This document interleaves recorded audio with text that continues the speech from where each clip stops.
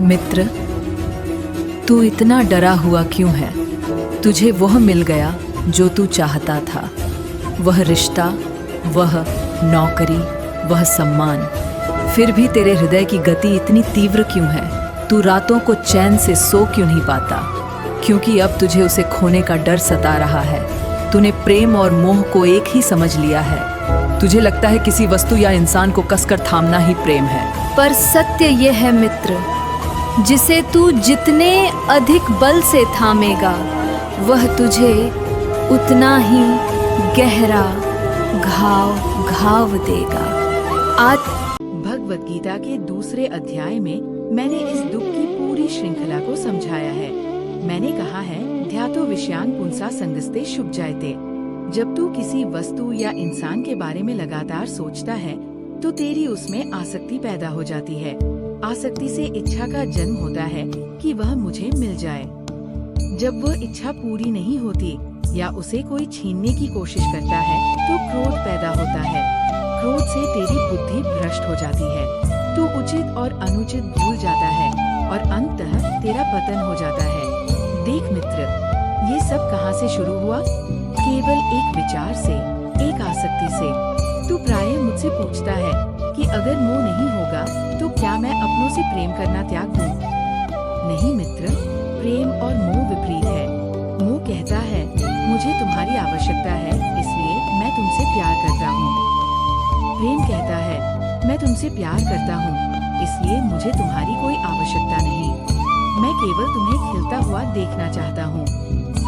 जब तुझे किसी फूल से मोह होता है तो तू उसे पौधे से अलग कर अपने घर ले आता है और वह फूल मुरझा जाता है।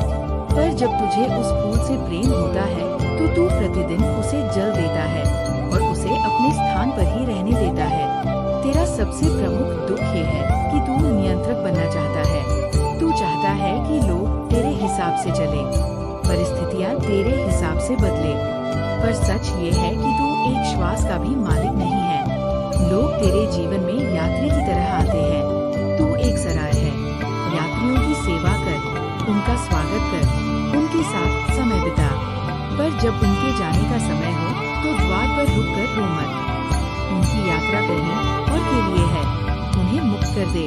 तू पूछेगा केशव, मैं इस दुनिया में रहता हूँ, मेरे परिवार है, मेरे सपने हैं, मैं आसक्ति से कैसे बचूं? इसका उपाय है निष्काम कर्म। तू अपना हर कर्तव्य पूरी ईमानदारी से कर। एक पिता बन, एक पुत्र बन, एक मित्र बन। पूरी गहराई से अपनी भूमिका निभा। पर याद रख कि ये सब एक नाटक है। जैसे एक अभिनेता मंच पर राजा का किरदार निभाता है, रोता है, युद्ध करता है, पर मंच से उतरते ही वो जानता है कि वो राजा नहीं है। तुझे भी जीवन के इस मंच पर बस अपना किरदार निभाना है, उससे चिपकना नहीं है। रिश्ते रेत की तरह होते हैं मित्र। अगर तू आसक्ति के डर से अपनी मुट्ठी को कसकर बंद करेगा तो रेत तेरी उंगलियों के बीच से फिसलकर गिर जाएगी। पर अगर तू अपनी हथेली को खुला रखेगा तो वो रेत वहीं टिकी रहेगी। स्वतंत्रता ही सबसे महान प्रेम है। जब तू लोगों को मुक्त कर देता है बिना किसी अपेक्षा के, तब जो प्रेम बचता है वो शुद्ध होता है, उसमें कोई दुख नहीं होता। अगर मोह त्यागना बहुत मुश्किल लग रहा है तो बस एक काम कर।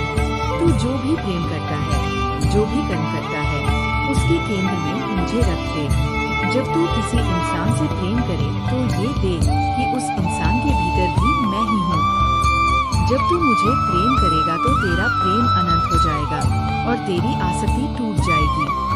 क्योंकि मैं कभी बदलता नहीं और मैं तुझे कभी त्याग कर नहीं जाता। मित्र, ये दुनिया बांधने के लिए नहीं, केवल अनुभव करने के लिए बनी है। अपने हाथों को खोल दे। जो तेरा है वो पूरी दुनिया घूम कर भी तेरे पास लौट आएगा, और जो तेरा नहीं है उसे तू बंधनों में बांध कर भी नहीं रोक पाएगा। आज से डरना त्याग दे। कृष्णा वाणी सुन, सत्य को जान और इस मोह के पिंजरे से मुक्त हो जा। मैं हर पल तेरे साथ हूँ। मोह तुझे दुर्बल करता है, प्रेम तुझे निडर बनाता है। खुली हथेली से जीना सीख। विजय।